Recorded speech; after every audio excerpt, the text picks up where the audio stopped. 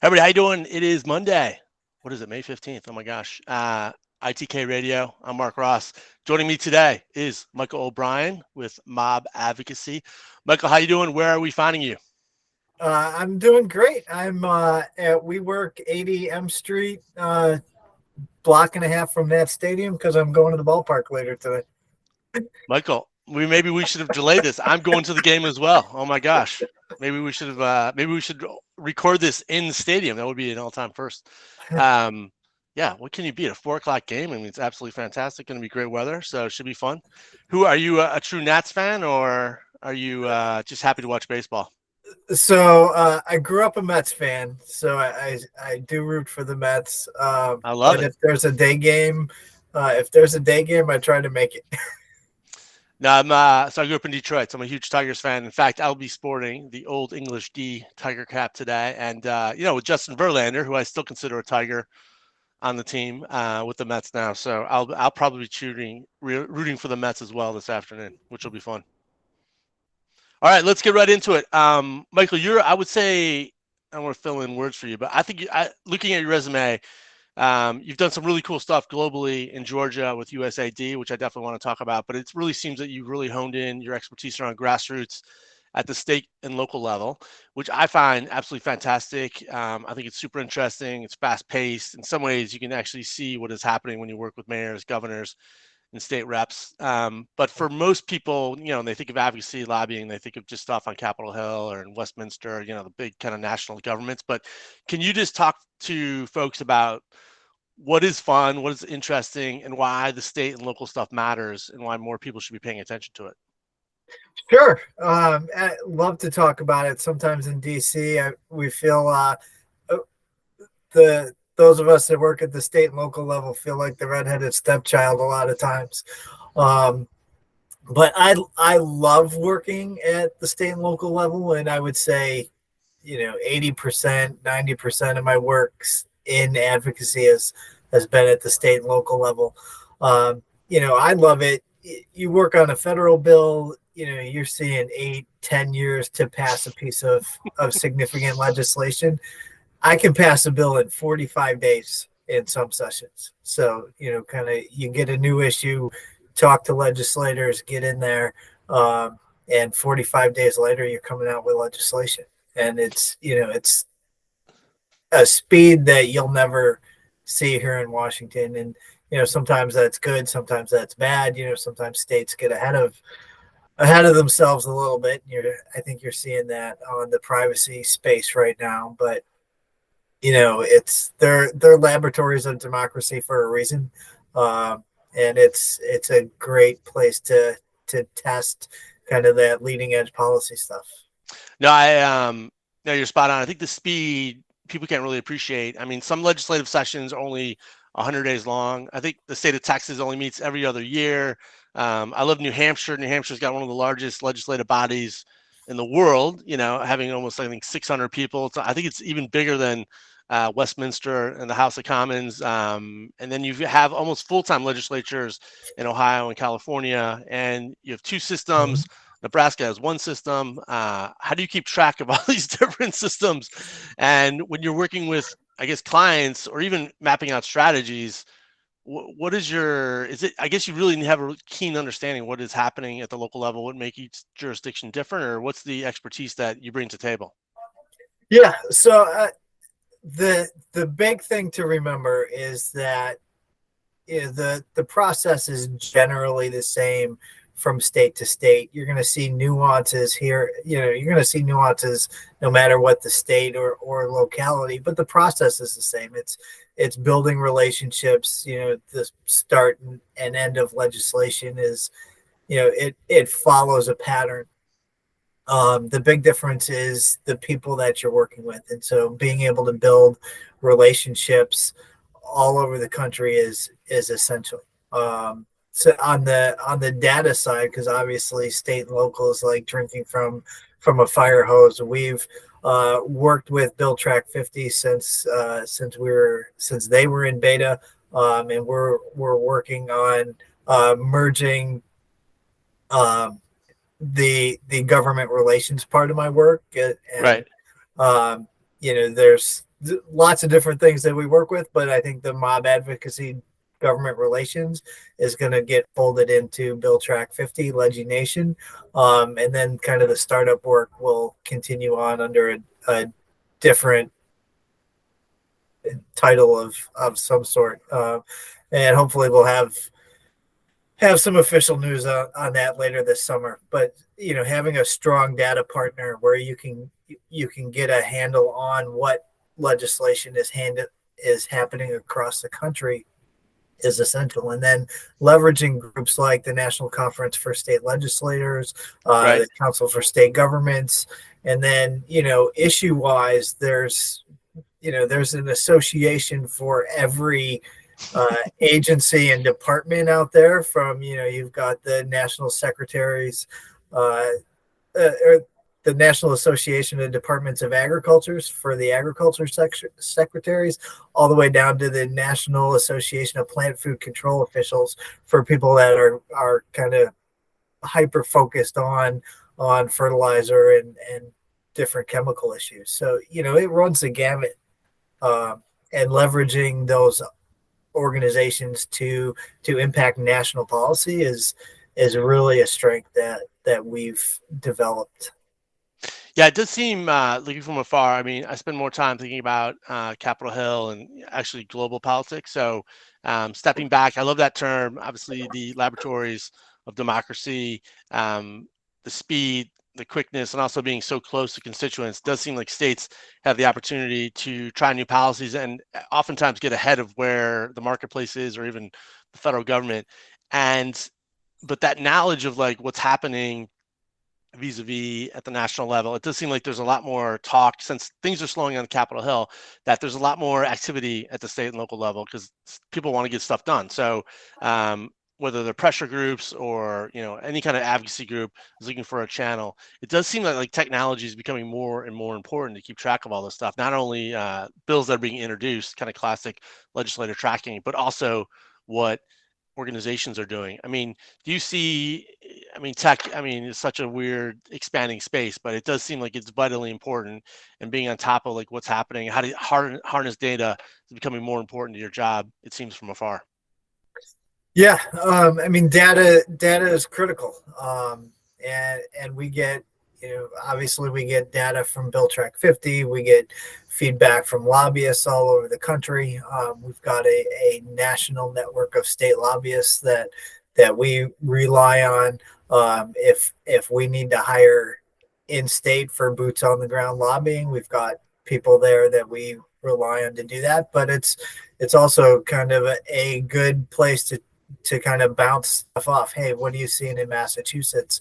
And it gives them also a forum to support their clients. When you get 5 or 6 people in that network that have the same client, they can kind of talk about trends, from California to Florida to Massachusetts and places in between. And so kind of that quantitative and qualitative data feed is critical for our work with clients. And we try to build that. The work that we've done with State Exchange was really building out that network of people that we enjoyed working with. Right. And obviously people that really strong reputations and are really well respected in their respective capitals. And so it's it's 10 years in the making, but we're looking to officially launch at NCSL in Indianapolis this year. So it's been exciting labor of love for the last 10 years. That's great, man. Congratulations. Yeah, talking about the qualitative and quantitative, arts and science of like what we do, for like, I want, if you could just step back and talk about advocacy in general. I mean, I think you and me would, generally, if you said, I do advocacy, like we would know, but, real Americans would not totally understand that. And then the connection between like comms, grassroots, lobbyists. Can you talk about the stew that comes together that really advocates to get legislation through or legislation stopped at the state and local level? Sure. So when we're talking about policy, we're talking about advancing an issue. Usually, if we're involved, we're talking about legislation, but sometimes we're talking about issue advocacy in the realm of public opinion. That's not our specialty. We generally pull people in to help with that if that's what the client needs. But that's all part of the advocacy work that we do. We've got great partners. If it's not our strong suit, we definitely pull in some great people. And the stew that comes out of that, when you look at the goal, what's the end result we want to work to, and then look at the tools in the toolbox to make that happen. You look at media relations, earned media, paid media. Are you pitching stories to reporters? Are you buying ads? Right. The lobbying, which is more kind of what I do in terms of direct lobbying, building relationships with legislators and regulators.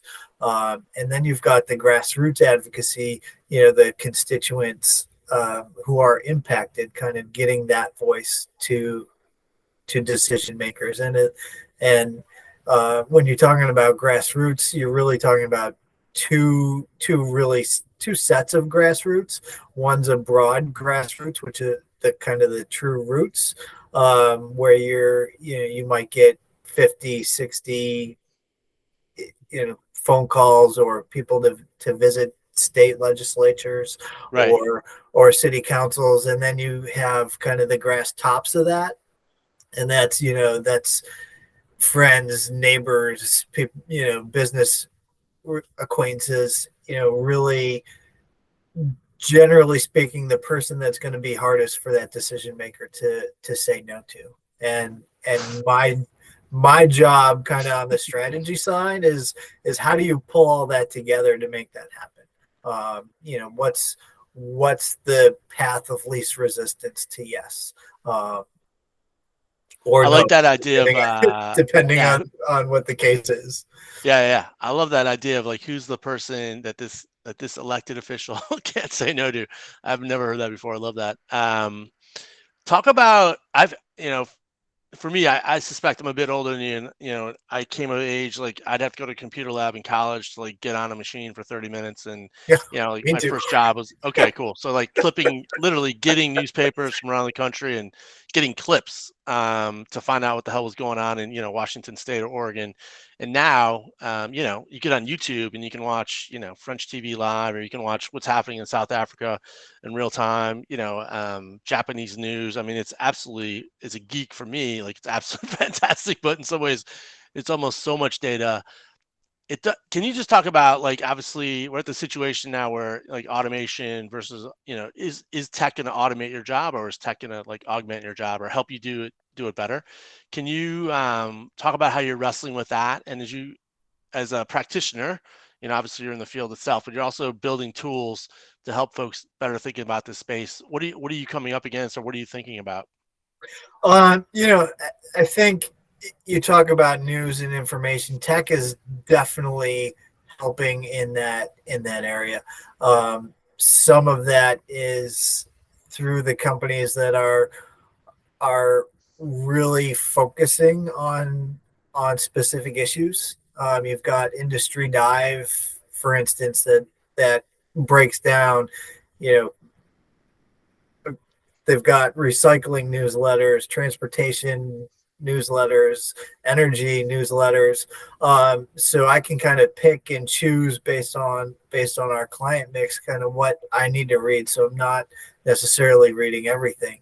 Right. There's great reporting out there from Politico and Axios and The Hill, and but sometimes I need something. Hey, I just need to know what's going on in recycling today, and to be able to go to some place and pull that is fantastic. So on the information side, for companies to be able to exist and be profitable, and pulling that hyper focused information is fantastic for me. And so I love supporting that piece, and as well as you're losing newspapers and reporting at the at the state and local level. And tech is really helping there as well, kind of building uh, building outlets. It's a whole lot easier to report on online than it was to put out newspapers, and so I think you're seeing the start of a comeback on the state and local reporting level. I Oh, think that's people are interesting. starting to see you're starting to see a business model there, that's because you're not putting out an actual newspaper anymore, that there's ways to be profitable in that space. So excited to see that. I've seen 4 or 5 organizations in the last couple of years kind of pop up, and hopefully we'll see a lot of success there. Yeah, there does seem to be. I mean, humans love news, so yeah, it's just sorting out the business model, which is not easy, obviously, but yeah, people love news and information, so there will be people in that space. So that is interesting. Listen, I want to talk to you about Georgia and your experience with USAID, but before we do, I'm super interested in governors. I'm really interested in mayors. I knew you do work in that space. Mm-hmm. They're obviously the executive branch of our system. I just, any pro tips on engaging your governor or mayor, why, citizens shouldn't overlook them as people to engage with. Yeah, they're. I mean, they're the top decision maker in their jurisdiction. Um, and so when we work with a lot of startups, early stage tech, and we try to find kind of the hero mayor or the hero governor who's going to help drive the issue not only within their jurisdiction, but across the state, across the country. I think there's a great competition to be ahead of the curve on some policy and good policy. Um, and so governors, mayors, they want to be kind of at that forefront. So if you're good tech or good policy, something that's really creative, that's going to change how government works or business works in your state, to to find the people who are going to be willing to champion that. And so if you're working at the mayoral level, it might be mayor, city council. You go to the highest person that can really help, that really is excited about what you're doing, and use that to kind of spread across the state, whether it's through councils of governments or different municipal associations. At the governor's level, governors work not only in charge of their state, but they work nationally through the National Governors Association Right. and the Republican and Democratic Governors Association, and they talk about policy. And to be able to, you want to be one of those great ideas that they can go in and tell their fellow governors, hey, this is what we're doing in our state on this policy, and build interest across the country that way. And so, it's a great network to be able to push your issue. You get a real champion out there, and they're going to be talking about your issue to their fellow governors. And then you then hopefully, if all goes well, you get governors calling you up, their staff, and say, hey, my boss was talking to this guy, and he said, hey, we really have to talk to you about what you're doing in Ohio or Michigan or Florida or California. And so it's a great network to be able to drive issue management and innovation and disruption and all kinds of fun things that we try to do out here. Yeah, there's nothing that's like, sales 101, right? Nothing better than word of mouth sales, getting your customer to do the sales for you. That's great advice. So obviously you're an expert at state and local, but how did you somehow ended up in Georgia, right? The nation, 8 hour, I think it's 8 hours time zone away, right? I don't know. It's probably, I'm guessing, I don't know. You probably know, That sounds 5,000-6,000 about miles right. away. Yeah. Yeah. Is it 5,000, 6,000 miles Delicious. away from DC? Like it must be. Yeah. So how did you end up in Georgia? Was it? I mean, was it a Um, desire to do some global stuff, or was it your expertise at the state local level that you thought you could be helpful in Georgia? it was actually my ex-wife's expertise that got us to Georgia. Oh wow, She works at State Department and normally a civilian, but because she had a history of working within the kind of Russian Soviet yeah, sphere, sphere, and yeah, could speak Russian. She was asked to take an overseas post, um, and so we went to Georgia 2008.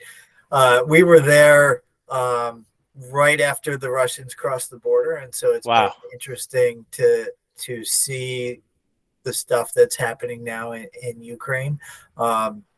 So they were actually packing out our house as the Russians were crossing the border in Georgia. So, we would talk to people about moving to Georgia, and it went from where to, oh my God, you're going there.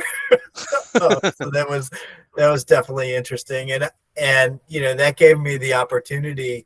I worked for USAID. I did English language communication for the mission while I was there, and it was definitely exciting. It was right after it was still Senator Biden about to be announced as the vice presidential oh nominee. yeah, that's Right? right, yeah, it's like the early Uh, days of the Obama administration, right? it, Yeah, it was yeah, it was still on campaign trail, and he committed I think it was $500 million in aid to Georgia, and we got to I got to help tell the story of how that aid went through, kind of helping farmers clearing landmines from property. How do rebuilding education systems and health systems. It was super exciting.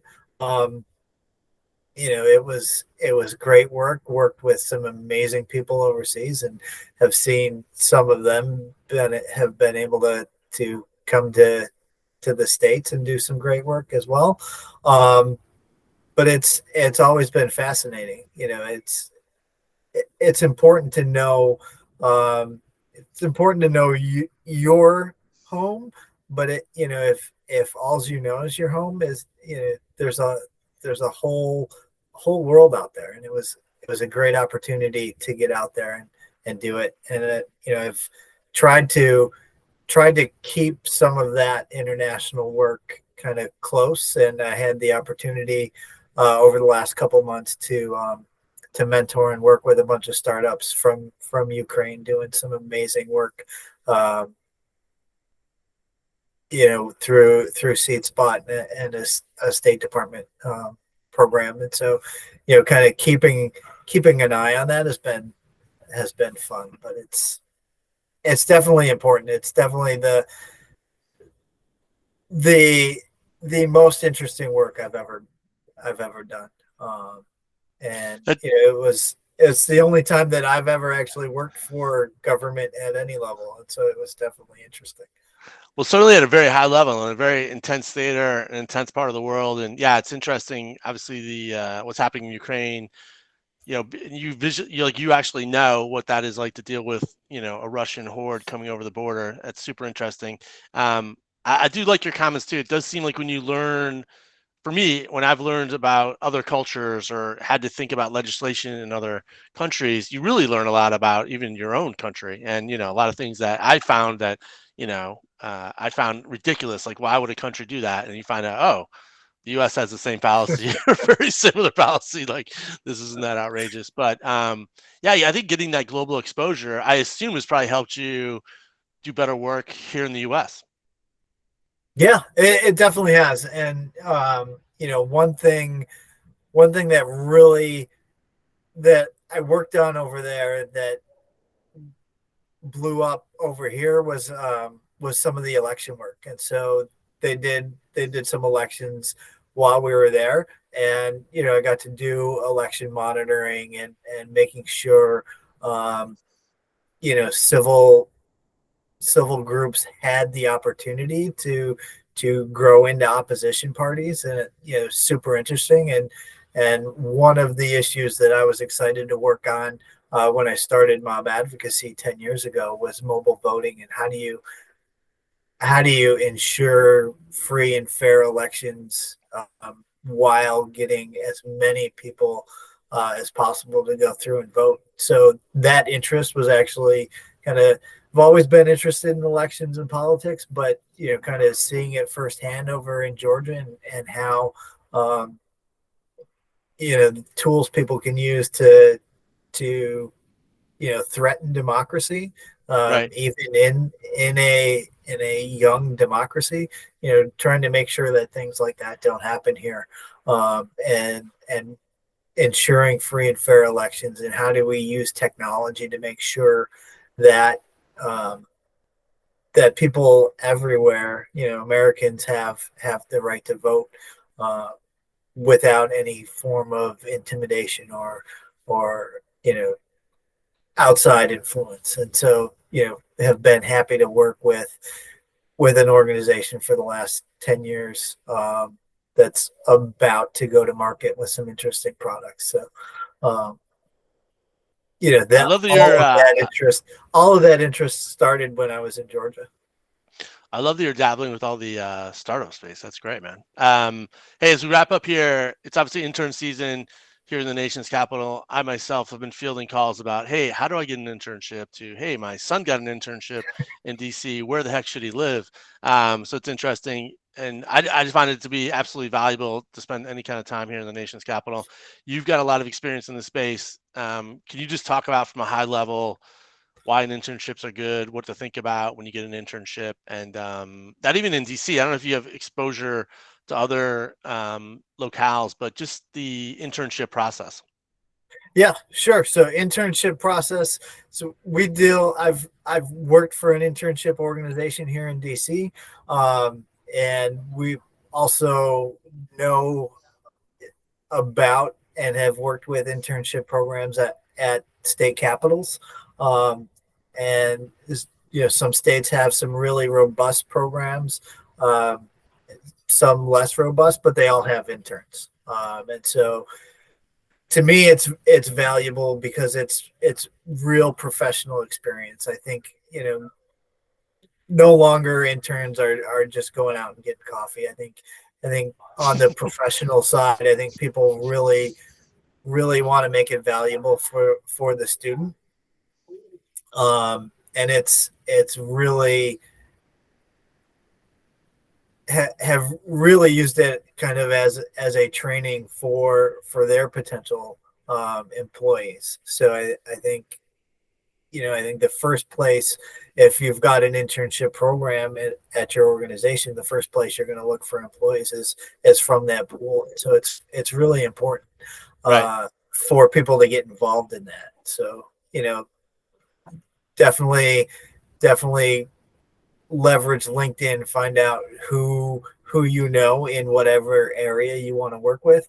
If you want to work on the Hill, call up your hometown congressman or senator and start there, and don't be afraid to spend a few days out here kind of knocking on doors. And it still works that way out here a lot.